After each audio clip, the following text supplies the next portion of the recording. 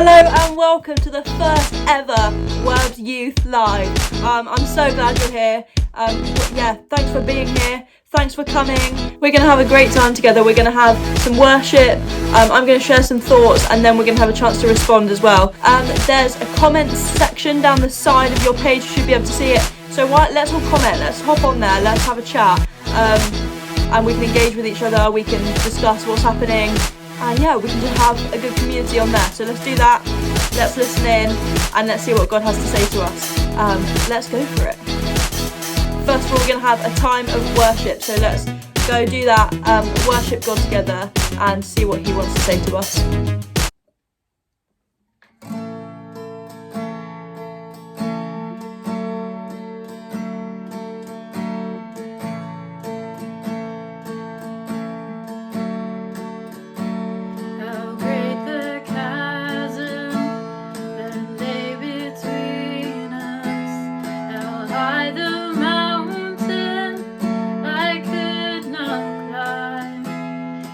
Desperation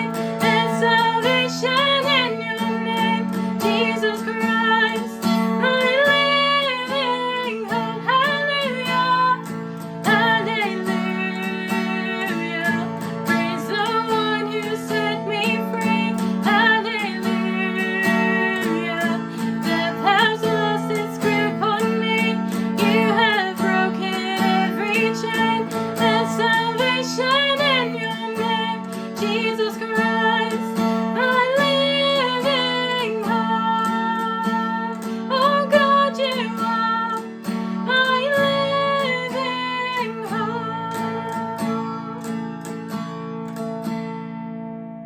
So what's going to happen now is I'm going to talk for just 5-10 minutes ish, and then we're going to have a chance to respond. So let's go for it. I wanted to tell you about a fun fact about my parents' house, which is where I'm living at the moment, okay? So something that we always have to tell people when they come into our house for the first time, when they're coming around to visit or whatever, is that the lock on the bathroom door downstairs is very temperamental, okay? And sometimes if you're lucky it's fine, it opens just fine, but more often than not, you're getting stuck inside and the lock gets jammed from the inside. And there's actually a trick to unjamming it. So I'm very lucky, I've learnt this trick now over a long period of trial and error.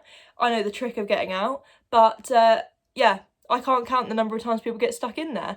I have been a victim of this door before, whilst I was unaware of the trick. And when you're locked inside, it is scary times. You think that there's no way out. So you get up, you go to open the door, and you realise it doesn't open, and you're like, oh no. So maybe you try and calm yourself down a bit, you try and a few different techniques of opening the handle, maybe do it a few different ways. And basically though, if you don't know the trick of getting out, then you're not getting out, you're trapped. And another thing that adds to this fear and terror is that the room is very, very small. It's probably the smallest room it's definitely the smallest room in our house. You know, it just makes it a bit more of a scary experience to add to it all. And yeah, without fail, when you're in that room, you can't open the door.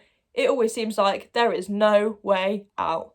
And I've genuinely sometimes been trapped in there when I'm home alone and there's no one in the house to even shout to or call to get help.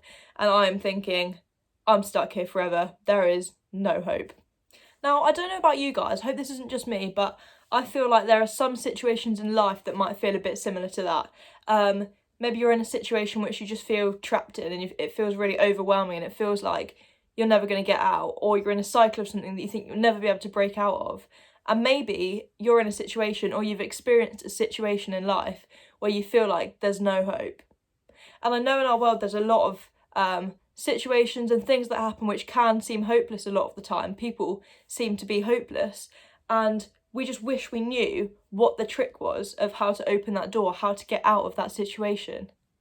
And this is the part that you probably thought was coming, but I believe that as Christians, the Bible tells us that there are so many stories of actually God breaking people out of hopeless situations.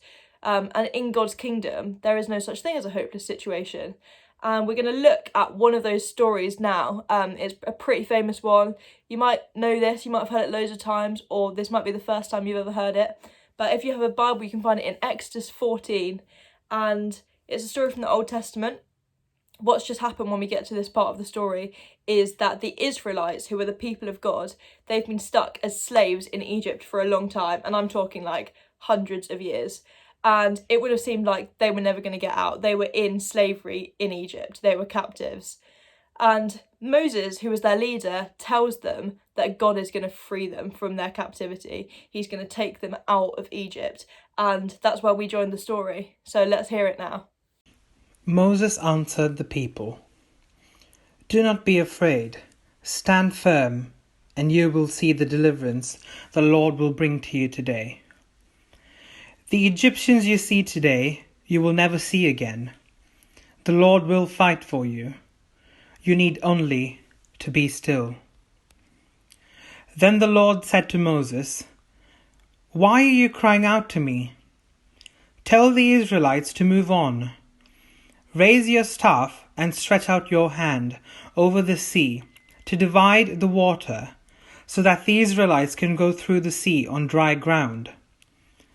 Then Moses stretched out his hand over the sea, and all that night the Lord drove the sea back with a strong east wind and turned into dry land. The waters were divided, and the Israelites went through the sea on dry ground, with a wall of water on their right and on their left. So I don't know about you, but I think that is crazy. That is mad. The Israelites are trying to escape from Egypt and then they reach the sea. So they've got to the sea and they must be thinking, that's the end. We're not getting out of here. That's an obstacle that seems impossible. There's definitely no hope here. And the sea was in their way. There was nothing they could do. But what happens is actually mental. God tells Moses, right, to raise his staff and stretch out his hand across the sea. And when Moses does this, the sea literally splits in half, and the Israelites can walk right through the middle of it and leave the situation they were in and go through the sea and get out and escape, even when they thought there was no way they'd be able to. They probably didn't feel like they had much hope. And I wonder if you have ever felt like you're trapped or stuck in an impossible and hopeless situation, like what I was talking about earlier. Think of that as your Egypt. And I want to tell you guys today that when Jesus died and rose again, he actually made a way by which we could get out of our Egypt and we could have freedom, and God wanted to take us out, and there was hope in the hopeless situations that we find ourselves in our lives today, and those situations definitely exist. Some people talk of it like a cross, you know, the cross. If you put a cross in between two things that are far away, it acts as like a bridge, and because of the cross we can come out of situations which seem hopeless and cross to the other side, and there's always hope with God. Now the problem is it's not always that easy. There are some situations definitely in life, in the world, which seem like really, really big situations, and it seems like God doesn't free us from them in the way that we want him to, or maybe in the time that we want him to. Maybe we want him to do it straight away and it doesn't seem to happen. And the Israelites were in slavery for a long, long time. Like I said, we're talking hundreds of years. You would have thought God could have just freed them straight away, but that's not what happened. And it took a long time for them to come out of that. But what I do know from this story is that what we learn about God's character is that he is faithful. He cannot not be faithful, and he is faithful to his people. So he was faithful, he is faithful now, and he will be faithful. And because God is faithful, that's why we can put our hope in him. And that's why there is no situation that is hopeless for us as Christians, because God is a God of hope. And your situation, it may not change in the way or the timing that you want it to, but we can know from this story and so many others in the Bible as well, that God is a God of hope and a God of freedom, and he's for us. He parts the sea for his people, and the end of the story for his people was always one of hope. He wants to, he's behind us all the time. And I actually picked this passage before the events of the last couple of weeks regarding racism and racial injustice came to light.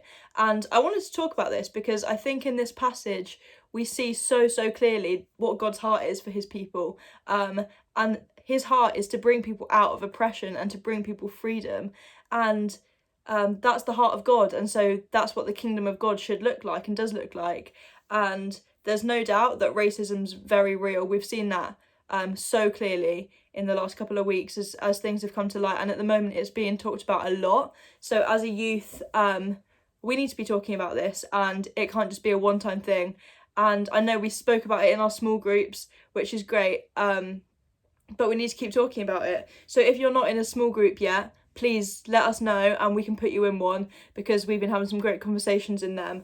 But yeah, I just wanted to tell you that the God we serve is a God of hope and freedom for everyone, and that's how his kingdom operates. So what we're going to do now is we're going to listen to a song called Egypt, and Amy and Joe recorded it, and it's based on the story that we've just looked at about how God brought the Israelites out of Egypt. And I'd love you to take some time while we listen to it and listen to the words properly, to reflect. Why don't you think about what your Egypt is, and what maybe the Egypts of the world are, the situations in the world that seem hopeless, maybe the racism issue, the coronavirus issue. There's things that seem really like big situations, and then situations that you have in your lives as well. And ask God to bring breakthrough, because he is a God of breakthrough. He is the God that led his people out of Egypt through the sea, through something which seemed impossible, and he parted the sea for them. And then if you listen to what God might be saying to you, so when we speak to God, he wants to speak back to us as well. So why don't you try and listen to what he's saying to you? So let's do that together now, guys. I won't forget the wonder of how you bore deliverance, the exodus of my my heart. You found me, you freed me, held back the waters from my release. Oh Yahweh, you're the God who fights for me, Lord of every victory. Hallelujah, hallelujah. You have torn apart the sea, you have led me through the deep. Hallelujah, hallelujah.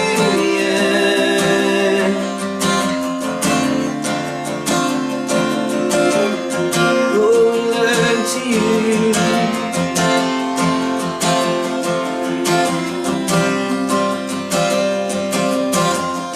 A cloud by day, a sign that you are with me.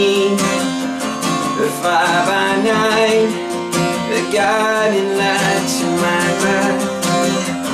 You found me, you freed me, held back the waters of my release. Oh Yahweh, you're the God who fights for me, Lord of every victory. Hallelujah, hallelujah. You have torn apart the sea, you have led me through the deep. Hallelujah, hallelujah. You're the God who fights for me, Lord of every victory. Hallelujah, hallelujah. You have torn apart the sea, you have led me through the deep. Hallelujah, hallelujah.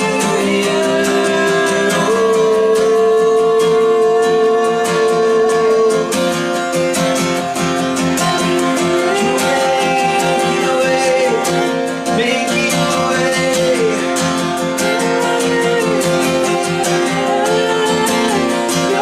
Step into our lives now, step into our circumstance. You stepped into my Egypt, you took me by the hand, you knocked me out in freedom, into the promised land. Now I will not forget you, I'll sing of all you've done. Death is swallowed up forever by the fury of your love. You stepped into my Egypt, you took me by the hand, you marched me out in freedom, into the promised land. Now I will not forget you, I will sing of all you've done. Death is swallowed up forever by the fury of your love. You're the God who fights for me, Lord of every victory. Hallelujah, hallelujah. You have torn apart the sea, you have led me through the deep. Hallelujah, hallelujah. You're the God who fights for me, Lord of every victory. Hallelujah, hallelujah. You have torn apart the sea, you have led me through the deep. Hallelujah, hallelujah.